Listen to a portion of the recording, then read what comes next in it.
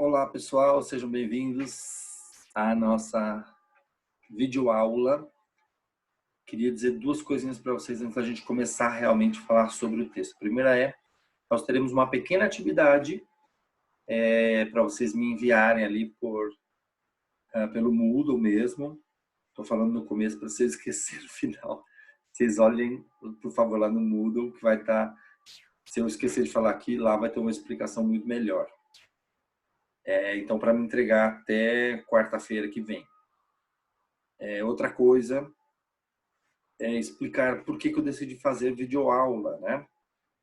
Dois motivos. Primeiro, eu não tenho um domínio total ainda da ferramenta do Zoom. Não precisaria ter também, mas eu quero ter mais experiências antes de entrar aí para ter o diálogo com vocês aí, tete a tete online. O segundo motivo é que a minha casa é muito pequena e o horário da nossa aula é uma loucura aqui nessa casa.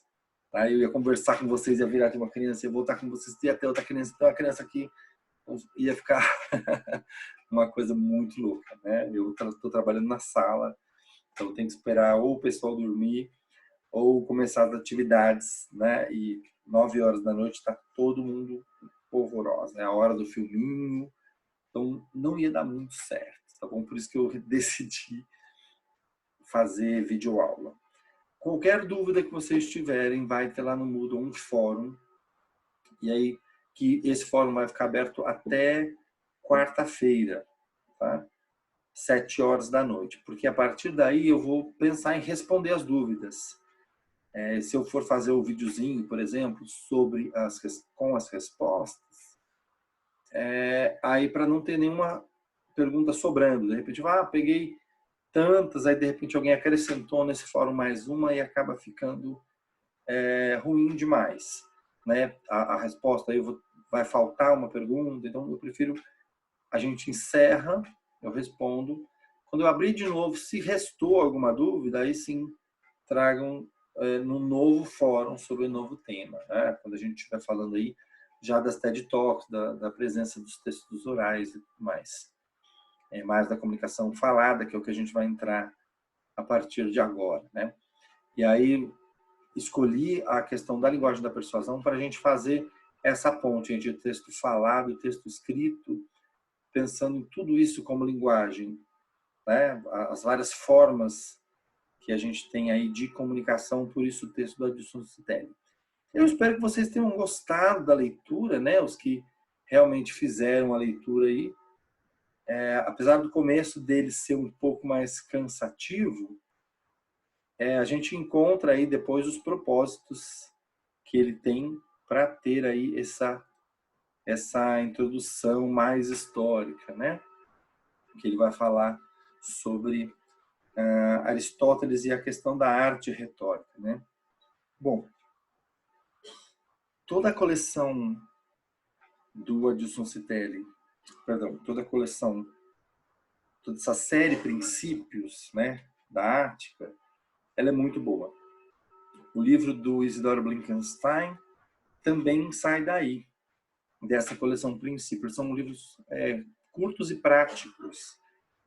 Então, se tiver algum outro tema, se você olhar na lista, olha, ele fala sobre, sei lá, vamos pensar alguma coisa aqui, né? Ele tem muitos temas históricos, né? Posse de terras e tal, década de 50, populismo, que é até uma coisa que está bem em voga agora, talvez seja um momento de reler a nossa história. Ele tem boas introduções sobre isso. Então, e aí, a partir dele, você consegue estudar outras coisas. Por isso que eu gosto de usar com vocês, né, do primeiro semestre, esses textos, tá? Hoje, então, a gente vai desenvolver uma grande reflexão sobre linguagem e persuasão, sobre a questão da persuasão. Espero que vocês gostem, curtam e comentem lá no fórum para a gente estabelecer o diálogo aí e continuar pensando um pouco nas questões da linguagem e a linguagem e a persuasão dentro da linguagem, né? Uma pergunta inicial do texto é: existe informação sem persuasão? Não vamos responder ainda, mas eu coloquei essa provocação aqui com a foto do Trump. E essa chamada You're Fired, né? O Trump, na verdade, era o apresentador do Aprendiz, o programa que aqui no Brasil é apresentado pelo Roberto Justus. Só que ele não está falando do programa, né? Ele está falando ali for a nervous economy. Ele está falando, então, o que será que ele está querendo que eu entenda dentro dessa capa? Né? Ele está me passando só uma informação ou existe alguma outra questão aí por detrás? Né? Vamos deixar isso no ar. Né? Muito bem. Quando ele está falando, então, ali dentro da arte retórica, ele remonta, né, toda essa questão do discurso clássico. E aí vai lá nos antigos gregos e tal, pensar a retórica como uma disciplina, um estudo, né, um estudo muito detalhado do que é o discurso. Até a arte retórica aí toma os discursos aí de uma forma muito profunda, muito vertical. E aí você tem as grandes personalidades, né? Sócrates, Platão e fundamentalmente Aristóteles, que foi o grande cara que fez o registro disso tudo, né, na arte retórica. E aí o pensamento da retórica, do estudo da retórica, como uma análise profunda e não como uma persuasão em si. Então, a retórica, no fim das contas, ela revela a persuasão existente, né? Mais forte, menos forte, mas revela a existência da persuasão em seus discursos através dessa forma, né? Através do estudo aprofundado desse esqueleto, né? Então, a retórica acaba sendo como que a reveladora, como eu coloquei aí, né? Da persuasão, né? Que acaba demonstrando a sua existência. E a existência da palavra como poder, né? Então, a pessoa possuidora da palavra se torna uma pessoa empoderada. Não gosto muito dessa palavra, né? Que ela foi aí trazida do inglês, né? Do empower.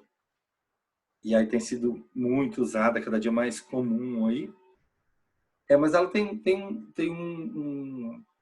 como é que posso dizer assim, a significação do trazer poder, né? Do dar poder. Então, a palavra ela pode ser empoderizadora. Falei bonito agora. Né? No sentido de que a pessoa que domina o discurso consegue ter um domínio sobre o outro. Para o bem ou para o mal, né? Pensando assim. Ele traz essa estrutura, né? Lá na arte da retórica, e essa estrutura é muito interessante se a gente parar para pensar que ela, na verdade, ela reproduz uma estrutura do discurso em qualquer âmbito, né? Eu pensando, por exemplo, o exórdio, né, que é o início do discurso, onde eu faço aí uma pequena introdução, a narração com os assuntos, né, o desenrolar aí da trama, as provas, então a comprovação e a peroração, que seria a conclusão, que é a retomada final e a possibilidade de se reafirmar ali o que você trouxe. Se você pensar nessa estrutura, essa estrutura do discurso acadêmico hoje, se você apresentar um trabalho de iniciação científica, o seu texto vai ter o quê? Introdução, desenvolvimento, conclusão. Né? Que seria o exórdio, a narração e as provas ali concatenadas e a peroração. Uma conclusão sobre isso, onde você reafirma, ó, é isso mesmo. Preciso bater o martelo em cima disso. Você pensar numa dissertação de mestrado, numa tese de doutorado. É isso que você tem. Introdução, narração e suas provas e a peroração. Certo? Então, você vê que o estudo ali dentro da arte da retórica fez essa leitura profunda. Se a gente pensar hoje na leitura profunda, no esqueleto do discurso que a gente faz, ele é isso. Assista pensando nos gêneros aí que a gente tem visto na sala de aula, você pensar nos gêneros novos da internet aí. assistam o vídeo da Natália, do Me Poupe. Os vídeos dela são isso mais ou menos, viu? Ainda hoje ela postou alguma coisa no Instagram, eu fui assistir. É um início ali, uma introdução do que tem a dizer, uma narração em que eu trago algumas provas e um final de discurso ali reafirmando o que foi dito e uma despedida. Isso é muito interessante. Isso se repete nos bloggers aí do universo, né? É dentro dos discursos novos da internet, dos novos textos que existem, né? Dentro da internet, aí dentro do YouTube, esses canais, né, que entram aí dentro de um gênero novo, que é o YouTuber, não sei se eu posso chamar assim, né? Que vão ter as suas subclassificações, mas que essa estrutura de texto, ela se retoma, se remonta, né? E a gente não foge dela mais. E nem tem para quê também, né? Você não começa pelo fim, você não reafirma algo que não foi dito, por exemplo, né? Você não conclui e dá as provas depois, porque concluiu, né?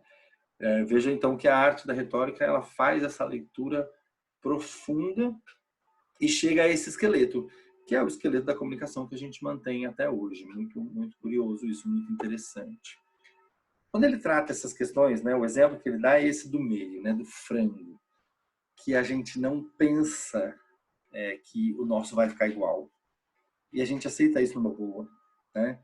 McDonald's é a mesma coisa. Você olha aquele Big Mac lá, você compra o Big Mac olhando aquele, tendo certeza que o seu não vai ser daquele jeito, né? Existe um filme muito interessante, já antigo, com Michael Douglas, que se chama Um Dia de Fúria, em que tem uma cena em que ele vai num self-service não, num fast food, e ele chega 2 minutos depois e não pode mais ser atendido como café da manhã. Ele precisa agora pedir o menu do almoço.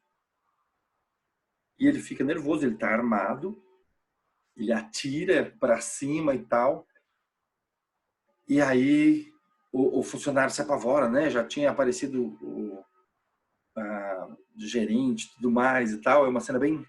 É tenso, né? Porque ele está tendo ali o dia de fúria, a polícia está atrás dele e tal. E aí ele faz isso e faz essa pergunta. Quando o cara traz, com medo, eles trazem um menu matinal para ele. E aí ele olha e fala assim, alguém sabe me responder por que o nosso lanche nunca é igual aquele da foto? E um menininho levanta a mão assim. E não aparece a resposta, né? A cena é cortada. Mas é simples assim. A gente sabe que aquilo não vai corresponder à verdade, mas a gente aceita isso dentro do contexto. Porque a gente tem dentro de nós esse conceito da verossimilhança, que é a verdade ali dentro, né? Seria inverossímil se a foto daquele lanche fosse de um lanche meio podre caindo, né? Porque a gente entende que na publicidade o lanche que estará ali será a melhor imagem, né? A mesma coisa, né, do frango. Então eu vou comprar este frango sabendo que não é este frango e isso não vai ser um problemão, né? Se eu pensar, por exemplo, nas histórias aí dos parceiros, Peter Pan e Super-Homem, eu vou pensar que dentro da história do Peter Pan, inverossímil é aparecer uma espaçonave, né? Se eu pensar, por exemplo, num contexto indígena, a questão de chegar à Lua através de uma astronave é completamente inverossímil. Mas eu chegar à Lua puxado por um pássaro e um cipó, por exemplo, como aparece dentro de algumas lendas, isso não é um problema, né? Porque eu tenho a ideia do contexto e a ideia da verossimilhança. Eu estou falando do indígena lenda, tá? Não estou falando do indígena hoje, né? A questão indígena é outra completamente diferente hoje. Mas estou falando enquanto lenda indígena, né? Eu falar que o homem entrou numa máquina que subiu até a Lua não condiz, né? Fica inverossímil dentro do contexto de línguas, de histórias indígenas. O que, dentro da história do Peter Pan também, ficaria completamente inverossímil. É muito mais verossímil a questão do pozinho mágico da Sininho, ou Tinkerbell, como vocês costumam chamar, vocês jovens. Super-Homem, mesma coisa, né? Um extraterrestre que consegue voar sem auxílio de nenhuma máquina. Super verossímil dentro do contexto em que ele está. Eu aceito isso como verdade, não fico questionando essas questões, porque eu tenho esse pacto com a história, né? E a verossimilhança, ela é isso, né? Esse pacto existente com a história, verdade dentro daquele contexto, certo? Isso é muito interessante para a gente entender o mundo da propaganda. Por isso que depois, ele mesmo não fazendo claramente essa ponte, a gente consegue entender por que ele fala sobre a diferença entre verdade e verossimilhança. Porque dentro de uma propaganda, a gente aceita aquilo como real, né? Se ela está de acordo com o que ela propõe, ela é aceitável, né? A verdade, muitas vezes, da coisa mesmo, não é aceitável dentro da propaganda, né? Ela passa a não ser crível. A verdade mesmo passa a não ser crível dentro da propaganda, né? Isso é muito, muito interessante de ver. Por quê? Porque a gente trabalha com estereótipos, a gente trabalha com símbolo, a gente trabalha com simbologia, né? A gente trabalha com o signo, que é uma coisa que ele fala bastante, né, no texto, e é uma coisa que a gente precisa pensar antes, né? E aí ele pensa nesses raciocínios discursivos, né? Que o discurso carrega este pensamento, né? Esse raciocínio implícito, então, que tem essa aproximação com o estereótipo, e são aí algumas ideias que aparecem sempre numa leitura mais profunda e que todo mundo, no fim das contas, acaba tendo, né? A propaganda, o estudo da propaganda hoje já está muito mais desenvolvido e algumas coisas já se tratam como dadas por certo, né? Por exemplo, trouxe aí a grande Ivete Sangalo, né? Você vai ficar aí bonita e empoderada como ela se você usar a tal da sandália. Eu sei que não, você sabe que não, todo mundo sabe que não, mas eles não deixam de usar artistas para fazerem propagandas, né? Botando os artistas em contextos diferentes, em contextos de compra, em contextos de magia, em contextos de festa, mas são sempre artistas, são sempre pessoas conhecidas, né? Porque vai me dar a ideia, então, de aproximação dessa pessoa, e aí de similaridade, né? Existe um raciocínio implícito de que eu não quero ficar de fora, eu quero parecer com isso. Aí você pensa, não, eu quero parecer que é Ivete Sangalo. Tudo bem. Então, de repente, o produto não visa você, mas você tem algum outro ideal que a propaganda vai acabar agarrando. E aí, porque existem os estereótipos, estão aí, né? A gente muitas vezes luta contra os estereótipos e precisamos muitas vezes lutar mesmo contra essa questão dos estereótipos e ter cuidado com eles também. Por isso precisamos conhecê-los muitas vezes para não cair no estereótipo e muitas vezes um estereótipo ofensivo. Quando a gente vai falando ali das TED Talks, aquele documento das TED Talks, que acho que até já está disponível no Moodle, ele faz um comentário sobre essa questão dos estereótipos, né? De quem está dentro, às vezes, do estereótipo e quem está fora do estereótipo. Mas, voltando, então, para o nosso assunto, essa questão do raciocínio implícito, né? A propaganda não está dizendo exatamente assim, se você quer ser como a Ivete, você precisa usar grandinho.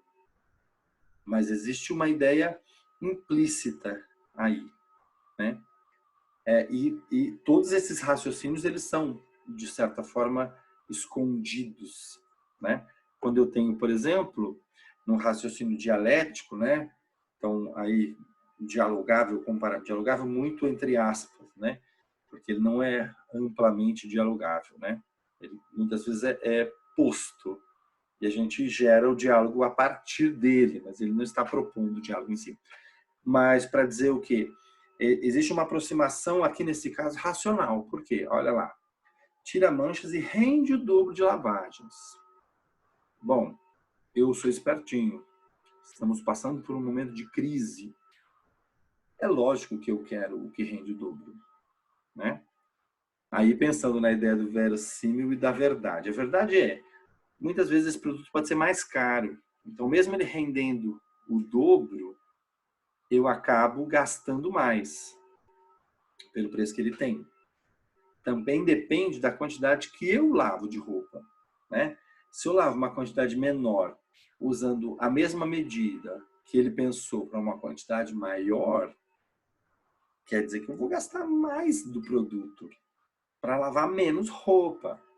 Essa é a verdade. Mas dentro da verossimilhança, eu olho essa imagem e entendo que, bom, ele lava muito mais com o mesmo tanto que o outro, o dobro, né? Até pela camisetinha amarelinha ali pintada, eu consigo perceber isso, né? Então, logicamente, o meu raciocínio é, se eu quero economizar, eu tenho que ter esse produto, né? O raciocínio retórico, ele é mais ou menos o mesmo, mas ele parte mais para o lado emocional. Esse é bem racional, né? Vocês lembram da questão do silogismo lá, né? A premissa maior, premissa menor e conclusão, que ela sempre está aparecendo o tempo todo e não para de aparecer nessa relação do discurso, né, que quer persuadir. Então, a aproximação racional e emocional são quase iguais, mas a emocional pega, então, por um lado mais emocional. Então, coloquei a foto do Getúlio Vargas aí, que tinha o slogan de ser o pai dos pobres. Então, ele tinha essa esfera, digamos assim, de que resolveria o problema da pobreza. Então, se eu sou mais pobre e eu quero ver o meu problema resolvido, eu precisaria, então, votar nele, independente do que aconteceu no Brasil, né? Ali, ditadura militar e o que for. A ideia da venda dentro desse discurso é essa, né? Desenvolver o país, desenvolver o Brasil.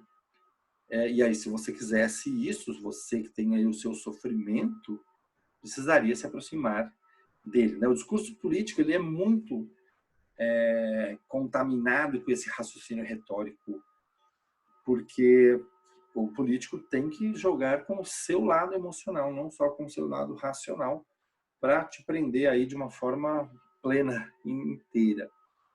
Tá bom? Muito bem. Aí ele vai falar então sobre o signo linguístico, que é uma coisa talvez mais técnica, né? Própria da linguística, dentro da área do estudo da língua em si. Tá? E é bom a gente esclarecer isso, a diferença entre o significante e o significado, a palavra em si e o significado que ela gera, né?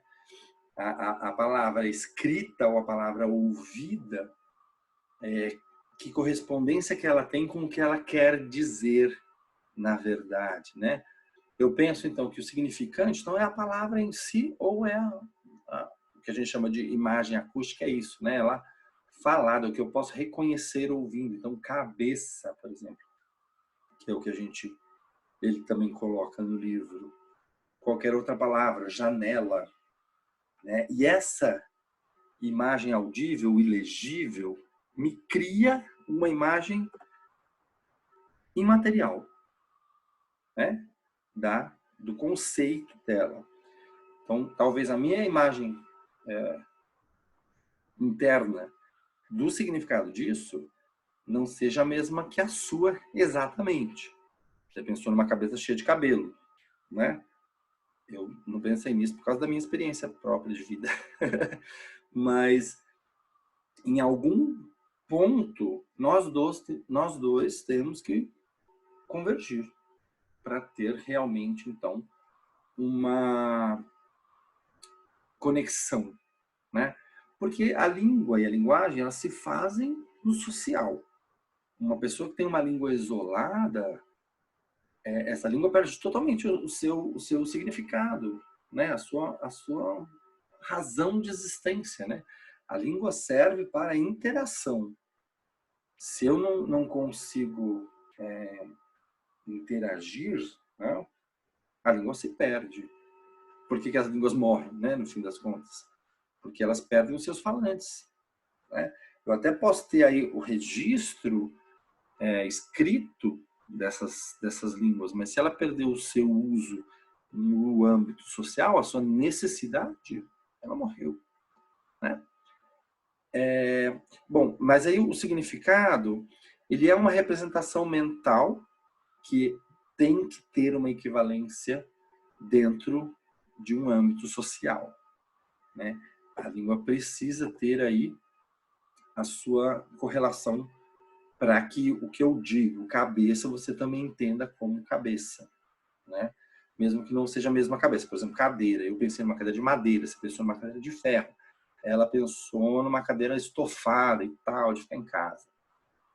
Mas o traço de significado, de objeto em que a gente senta, né, que tem um encosto, que se opõe a sofá, que se opõe a banco, por exemplo, precisa ser o mesmo, né? E é o mesmo que pode, de uma sociedade, de um contexto para outro, ficar diferente, né? Deixa eu voltar aqui para a minha guia, porque senão a gente não termina isso hoje, né? Arbitrário, por que que a palavra, o signo linguístico, essa junção significante e significado, por que que é arbitrário? Porque não existe motivação na palavra em si para ela ser e representar o que ela representa.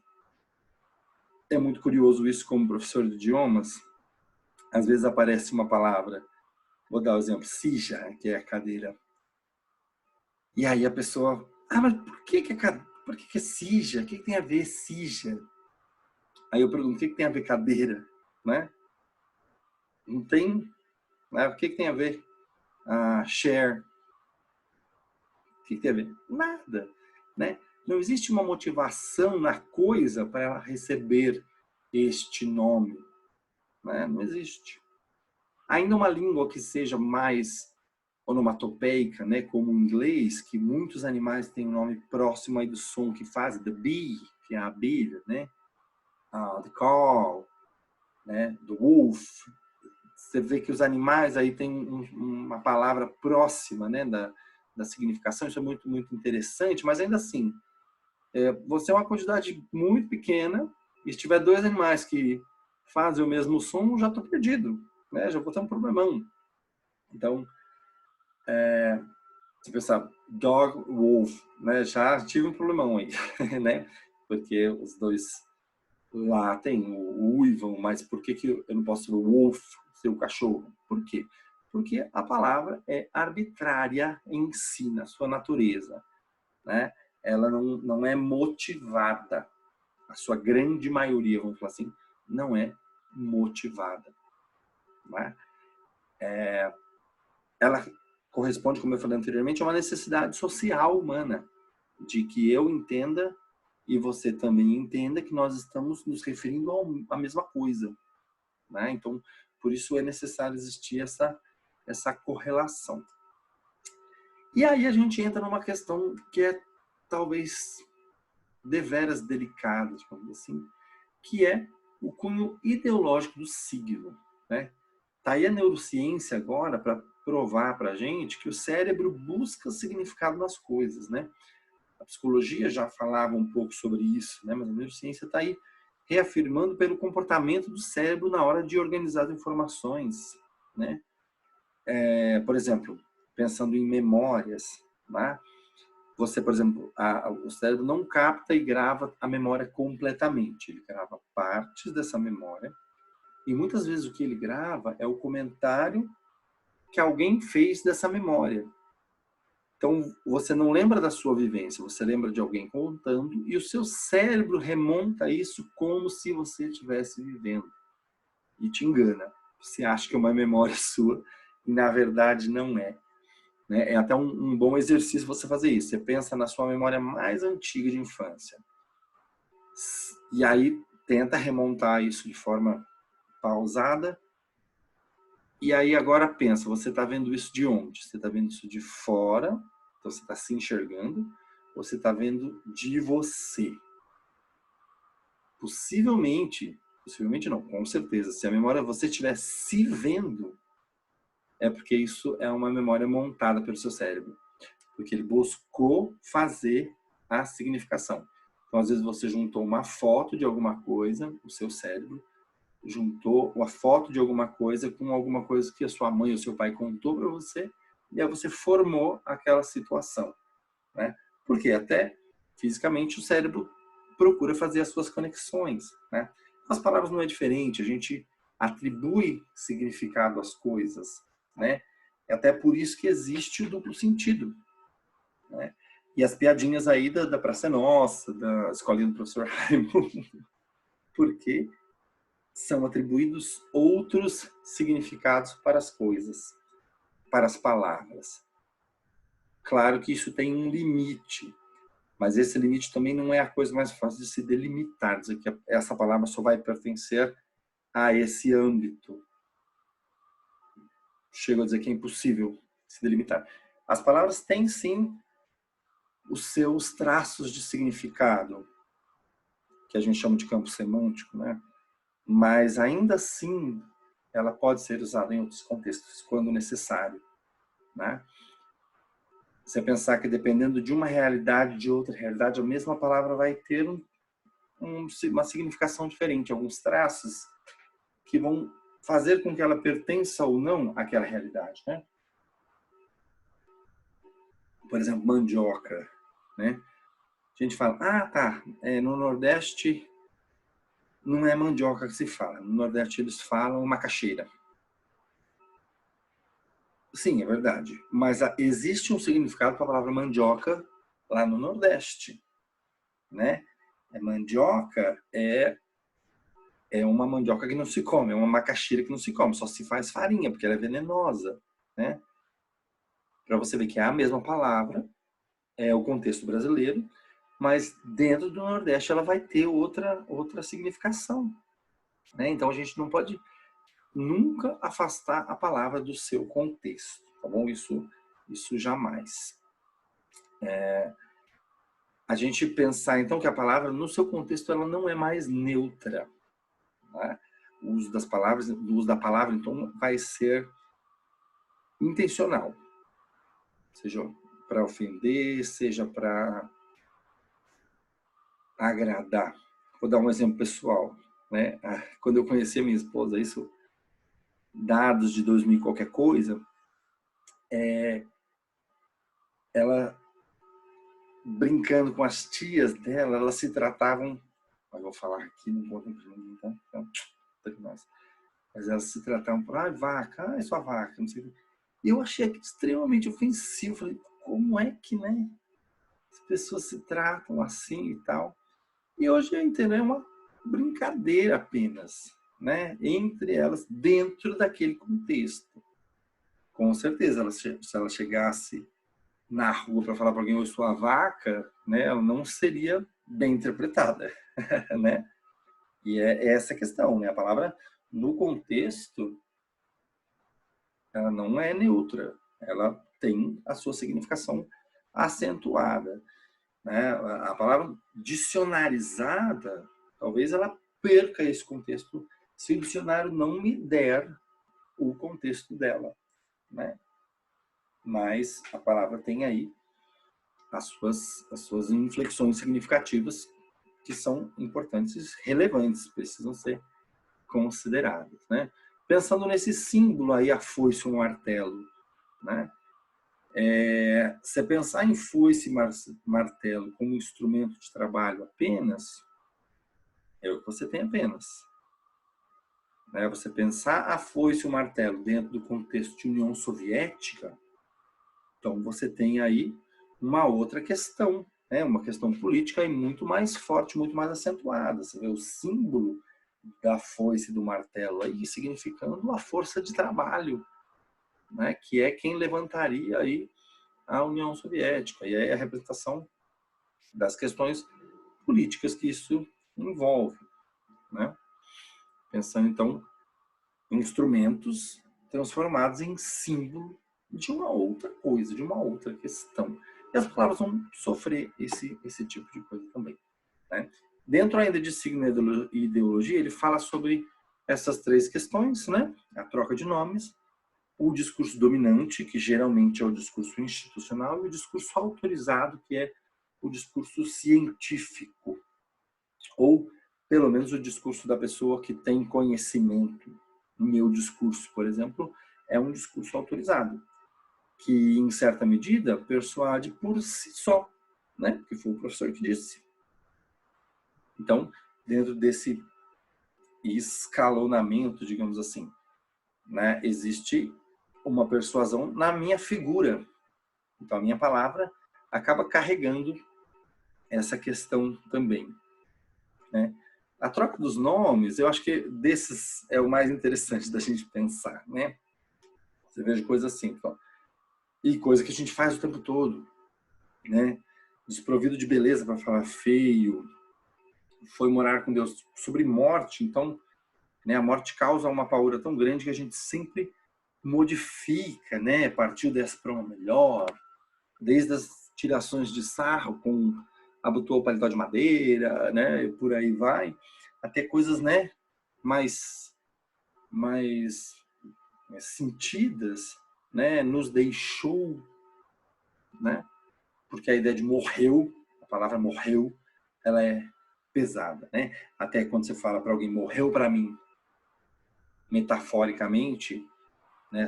Mas você percebe que o sentido da palavra morreu, ele é denso, né? Meu marido está robusto para dizer que está gordo, né? Forte, por exemplo, né? Para dizer que está gordo também. Foi convidado a se retirar, né? Foi expulso, porque as palavras têm o seu significado, né? Eu falar foi convidado a se retirar e foi expulso,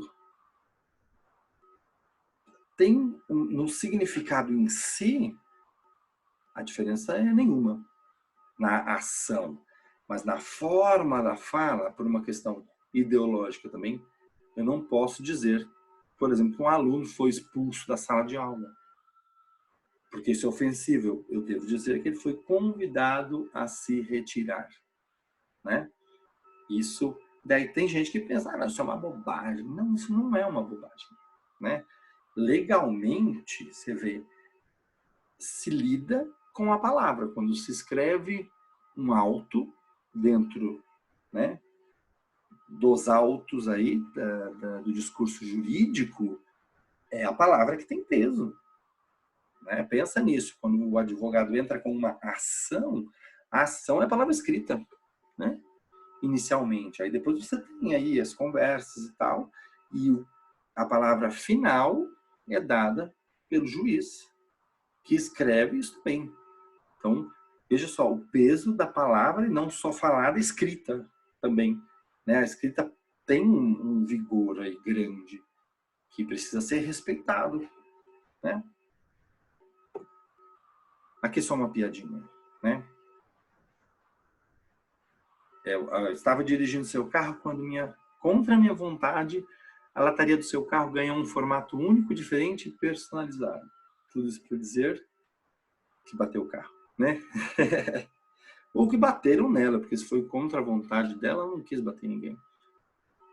Só para a gente pensar aí também nessa questão eufemismo total. Okay? Ele fala, então, em modalidades discursivas. Lembra quando a gente falou dos gêneros, a gente falou em modalidades discursivas. Vocês se lembram disso, né? Aqui, perdão, vai ser um pouco diferente do que eu coloquei ali dentro, né? Ele, como a gente pensou no gênero também, a ideia de dominância e nunca de autonomia. Nenhum discurso é totalmente lúdico, nem totalmente autoritário, nem totalmente polêmico. Pensando nessas três formas aqui que ele propõe, né? O lúdico sendo, então, relacionado ao brincar, né? A brincadeira. Então, o discurso da arte também vai entrar aqui. O discurso autoritário, que não é, como eu posso dizer assim, persuasivo, porque ele não tem abertura, né? A persuasão, ela pressupõe alguma abertura, né? Se eu vou convencer você, quer dizer que você vai ter o sim ou não. Muitas vezes o discurso autoritário, ele não me abre possibilidade para outra questão, né? Então, ele não é persuasivo, né? Ele é autoritário. Então, acaba não gerando nenhum tipo de questão sobre persuasão, porque não tem saída. Tá? E o discurso polêmico, que aí vou direto lá aqui, o discurso lúdico rapidamente, aqui o discurso polêmico, que é o do debate, né? A questão da investigação controlada, talvez, né? Mas é o que me gera pano para manga, digamos assim, tá bom? O autoritário aqui que nós já falamos, né? Tô vendo aqui, acho que eu tô demorando um pouco demais nas coisas, eu quero partir logo para análise, né? Então, dentro do Cordés, né, eu vou ter aí os elementos que ele propõe aí: distância, modelização, tensão e transparência, coisa muito objetiva, né? Então, se existe uma proximidade maior, existe uma liberdade maior dentro do discurso, né? E aí, através dessa distância, a forma de colocar o discurso também se modifica, né? A tensão, então, depende muitas vezes do papel social também que é estabelecido, por exemplo, professor, aluno, esposo, esposa, chefe, empregado, e por aí vai.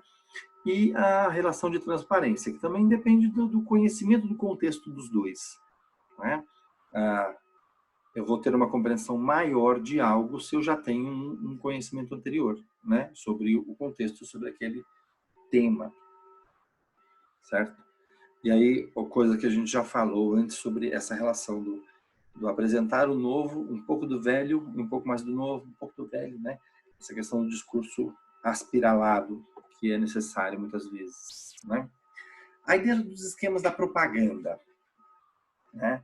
Eu tenho o slogan direto, geralmente. E essa parte da propaganda é a parte que eu gosto de me ater, porque a gente não consegue se libertar muitas vezes, mesmo sabendo dessa coisa do discurso de convencer, né?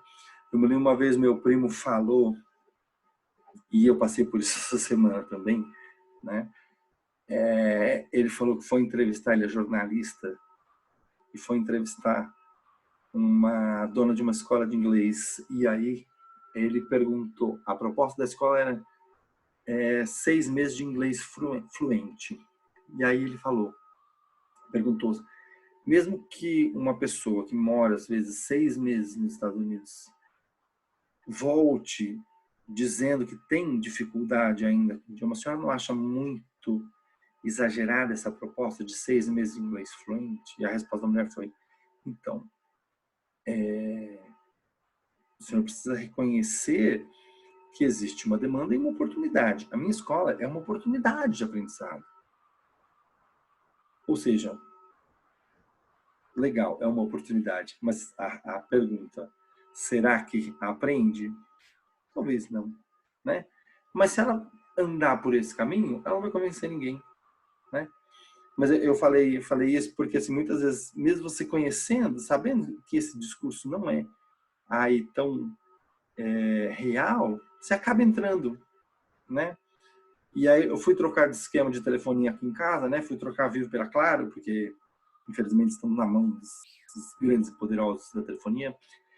E aí fui pedir o cancelamento da linha e todo aquele discurso, a gente oferece tal, não chegaram num preço baixo o suficiente. E aí eu falei, não, eu vou preferir trocar. E aí a telefonista falou assim, mas o senhor vai trocar o certo pelo duvidoso? Que também é um estereótipo que a gente mantém, né? Da ideia da tradição, né? Que se a gente já está acostumado, se a gente trocar, pode ser que a gente se engane, né? Isso é muito curioso. E aí, na hora que ela falou isso, eu pensei assim, bom, será que faço bem trocando certo? Tá vendo? Mesmo conhecendo o discurso, sabendo que ele é um discurso propagandístico e persuasivo, você acaba, não, peraí, eu tenho outros objetivos, então acabei trocando, né? Mas para dizer o quê? Que muitas vezes a gente, mesmo conhecendo esses esquemas da propaganda, a gente acaba entrando nessa, né? Então, voltando aqui para a nossa guia, né? O slogan direto e a ideia de exclusão e símbolo, ou seja, ninguém quer ficar excluído do grupo que prevalece e também tudo isso se molda ao quem você gostaria de ser ou com quem você gostaria de estar, né? A ideia do silogismo também, que às vezes entra naquele raciocínio implícito, né, que a gente viu, que são as premissas, né, maior, menor e conclusão.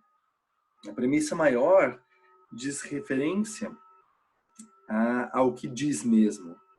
A menor, a minha relação àquilo, e a conclusão é o que eu chego, né? Existem várias premissas, né, que são interessantes para a gente entender como é que funciona o mecanismo. Por exemplo, o amor é cego, premissa maior. Steve Wonder é cego, então Steve Wonder é amor, né?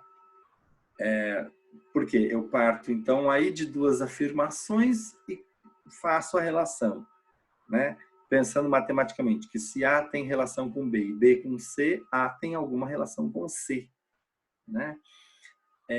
Pensar, por exemplo, ninguém é perfeito. Eu sou ninguém, logo eu sou perfeito.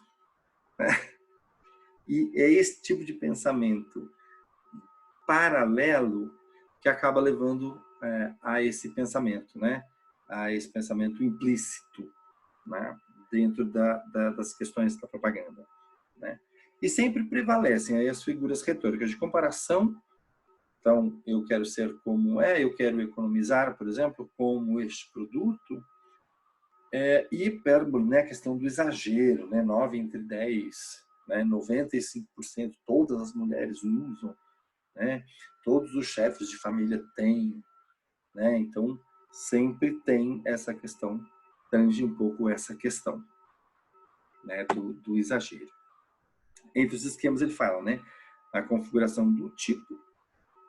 Então, quando eu penso em tipo, eu tenho que pensar no pré-estabelecido. Então, o herói, a vencedora, a poderosa, né? Eu posso, inclusive, isso também vai aparecer aqui, criar os meus heróis, né? Criar meu tipo ali, criar uma situação, né? Em que eu tenha um vencedor, que o produto geralmente está relacionado ao vencedor dessa situação, né? Eu tenho aquelas propagandas de mancha de roupa, né? A coitadinha ali sofrendo com a roupa manchada e tal, né? Esse tipo de situação. Existem também as situações que são criadas, né, com seus personagens. O Burburinho mesmo, por exemplo, é um personagem criado, né? Não sei se vocês sabem de quem que eu estou falando, né? O Burburinho, ele é um remédio para gases. Ele é uma figura criada para um remédio para gases. Então, para acabar com o burburinho, você usa esse remédio. Não lembro agora o nome do remédio, né? Mas é como se fosse, acho que é Lufital o remédio, mas é como se fosse Lufital, né? Então eu tenho aí a criação de nomes, né? As figuras aí, a repetição do som, né? Bom, bril, né? Eu tenho, se é Bayer é bom, né? A repetição do som Bayer, bom, seja como isso pega de um jeito, né? 1001 utilidades, 1001 essas questões de consoantes e vogais, elas sempre acabam, né? Amo muito tudo isso. Olha só, amo, eu não falo amo, né? Eu falo com o som do U mesmo, né? Amo muito tudo isso. Muito tudo. Olha só quantos sons eu estou repetindo aí, né, o som da vogal, o som do U, se repete. Esse é o tipo de coisa que pega dentro do discurso propagandístico. E tudo isso colabora para a persuasão, que é o nosso grande tema aqui, né? Contextualizações, como eu falei anteriormente, a criação ali do contexto, ou mesmo que não seja um contexto criado, a utilização de um contexto determinado, né? E a tipificação, que é a ideia do tipo que a gente já viu, né? A configuração do tipo que está ali, é o primeiro item da lista. O uso do estereótipo, sempre, né? Estereótipo de felicidade, não só de pessoa, mas de sensação, de realização, de beleza, de saúde. Sempre isso vai tocar. Esses temas são parte de um estereótipo de alegria, de felicidade, de tudo bem, de tudo para cima, né? Substituição de nomes. No caso do burburinho que eu falei, né? O nome gases talvez pese demais na hora de fazer uma propaganda. Então eu transformo ele em burburinho, né? Tinha uma propaganda de produto para garganta que falava assim, o bichinho do te pegou, para eu, né, substituir essa coisa do pigarro, né? Pigarro é feio demais, então o bichinho do suaviza muito, né? Então eu substituo esses nomes e isso ajuda a levar a pessoa a querer aquele produto, né? A criação de inimigos. O burburinho, ele é o inimigo, na verdade. O burburinho, ele é o que precisa ser combatido, né? No caso do burburinho, eu não tenho ele sendo o herói, na verdade, que combate. O herói é o próprio remédio.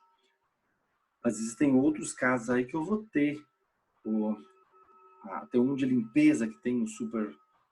Agora não vou me lembrar o nome, que ele é laranja.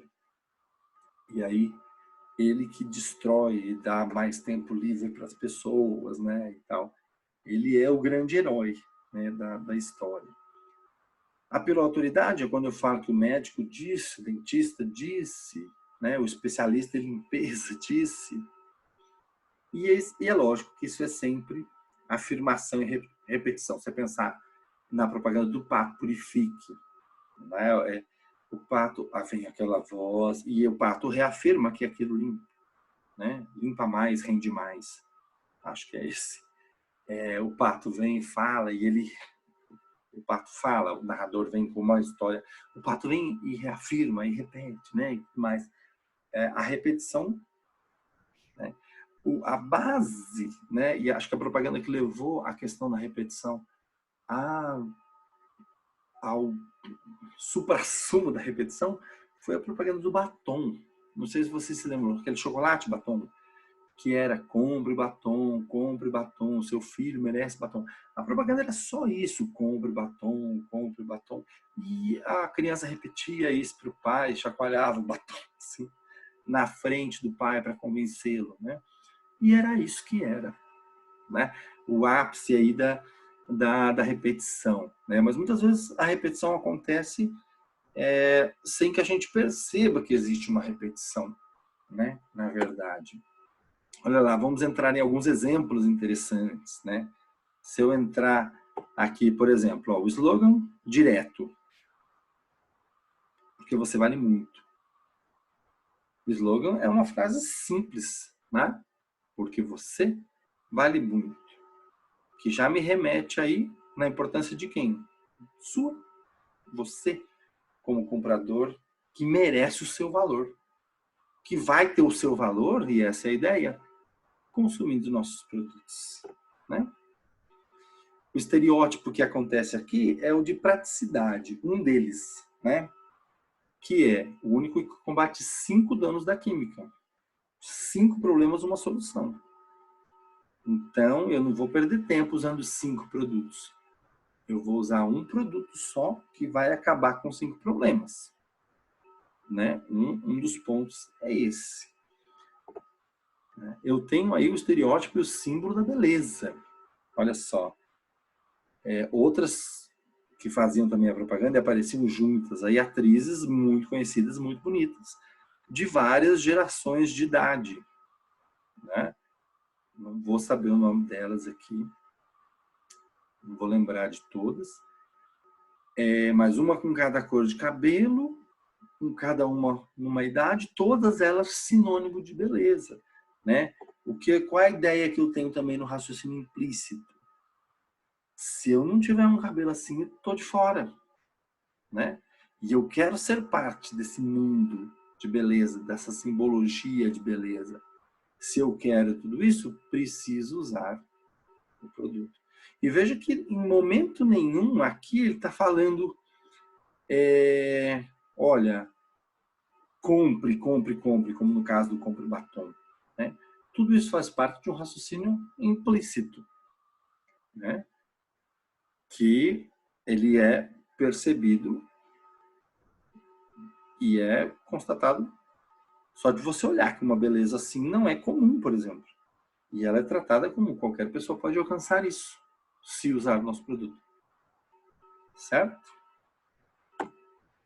Ó, por exemplo, mantendo aí, né? Quem é o grande ícone de beleza da nossa época? É a Gisele Bündchen. E ela diz, eu experimentei e decidi. E você? Né? A ideia também de buscar você. Por quê? Milhões de mulheres já experimentaram e decidiram. E você vai ficar de fora, né? Melhor não, né? Se ela decidiu e é linda, eu também tenho que decidir. Para não estar fora desse grupo. Né? Veja que raciocínio que está aí por detrás. Né? Essa é a leitura que se faz, né? Na verdade. Eu tenho dentro, né, da figura da Gisele Bündchen tanto o estereótipo como o símbolo de beleza. Né? Ela é a mulher bonita por excelência na nossa época. Né? Nem posso ficar falando muito, porque senão a mulher vai me escorraçar de casa. Mas o uso da figura dela traz muitas outras coisas acompanhando. Não só a questão de beleza, mas a questão de saúde, a questão de consciência ambiental, porque todo mundo sabe que ela é uma pessoa ambientalmente consciente, ou pelo menos tem esse estereótipo, né, sobre a imagem dela. Essa propaganda é uma propaganda um pouco mais antiga, da Bardal. Bardal vende produtos para carros. Né? Se vocês olharem aqui no canto, vocês vão ver ali vários produtos para carro, para óleo, para motor, aditivo de água também.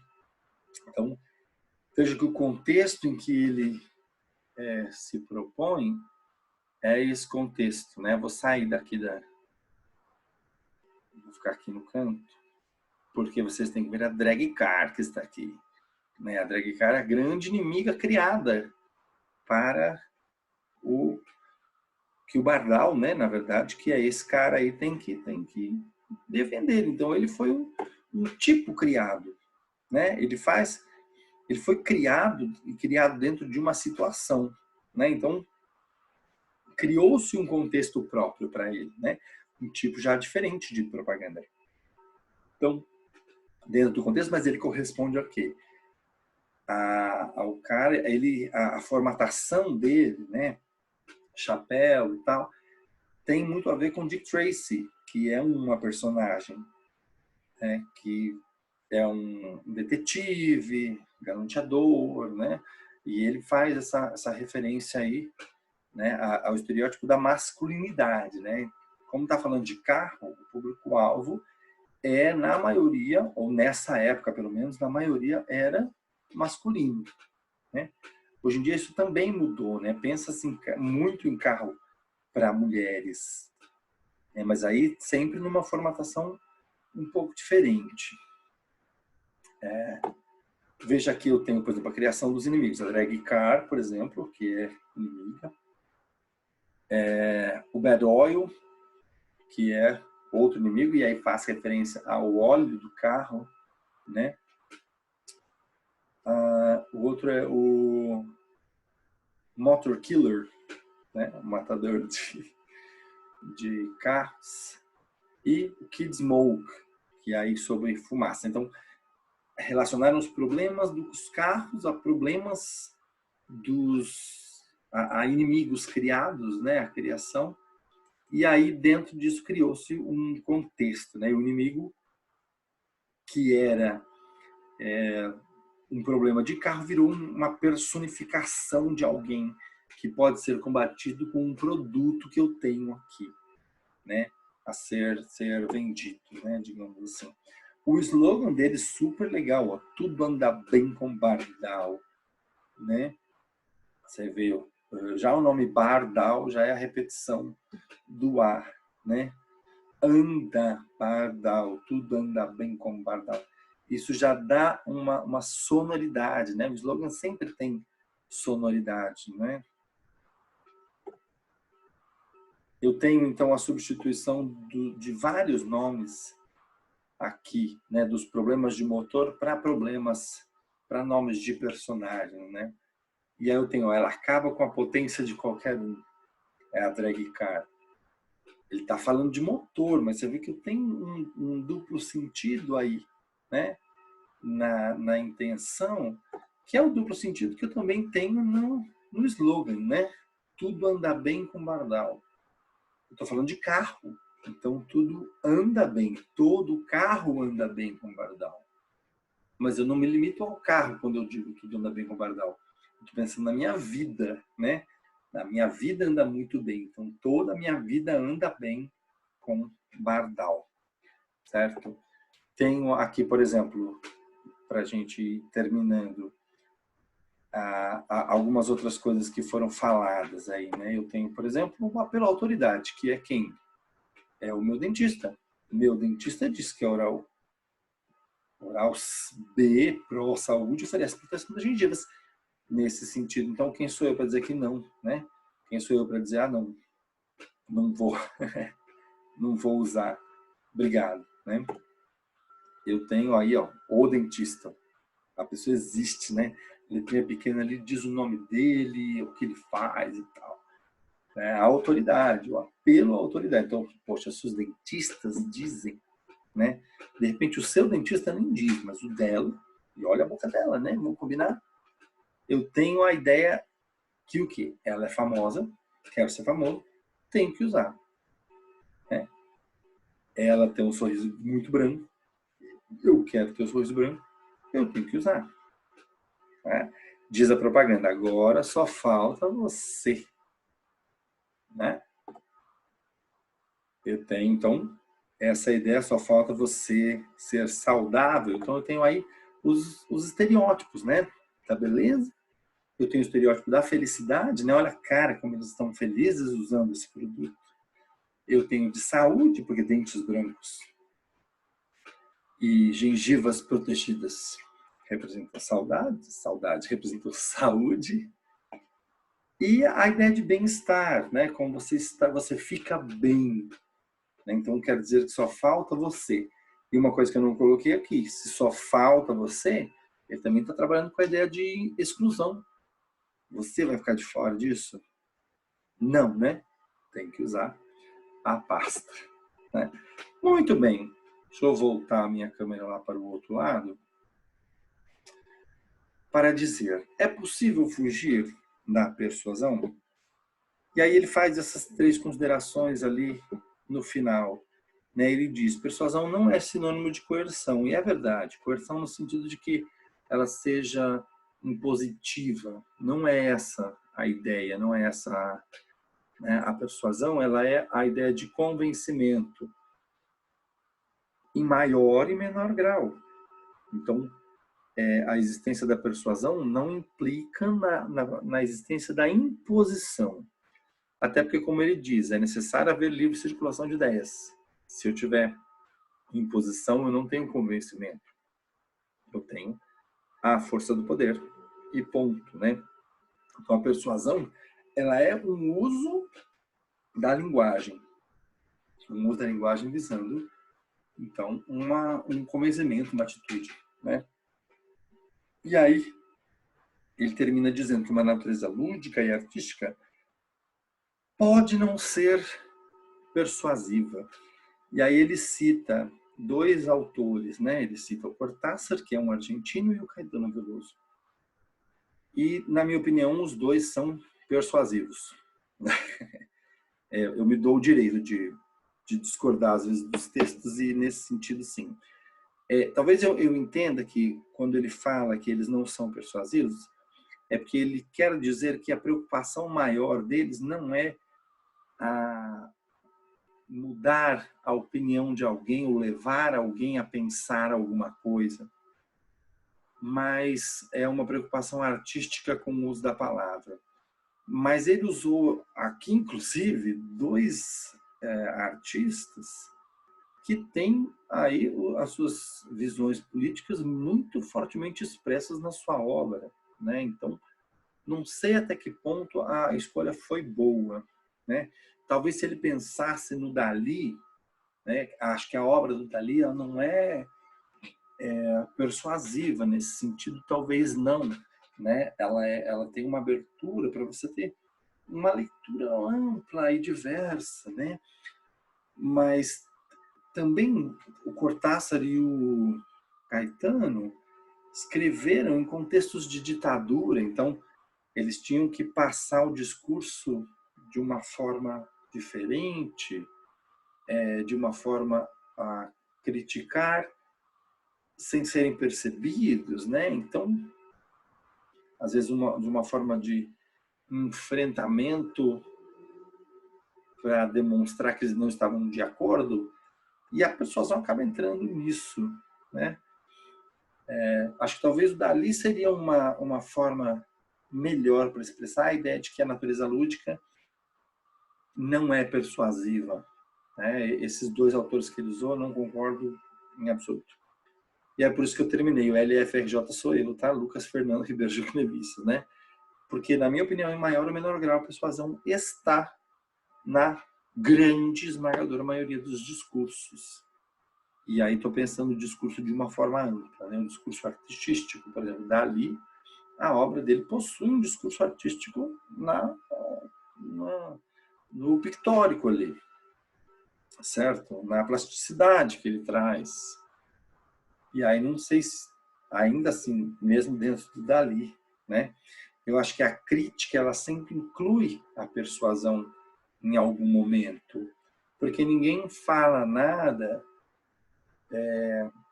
100% livre da recepção da opinião do outro, no sentido de que eu não me posiciono a favor ou contra um argumento, mesmo que, lógico, eu penso que a minha opinião é a minha e tenho essa postura e tal firme, mas ela não é completamente isenta de persuasão em momento nenhum. Está assinado por mim, porque esse é o meu pensamento, então não é o pensamento dele ali no livro. Tá certo, gente?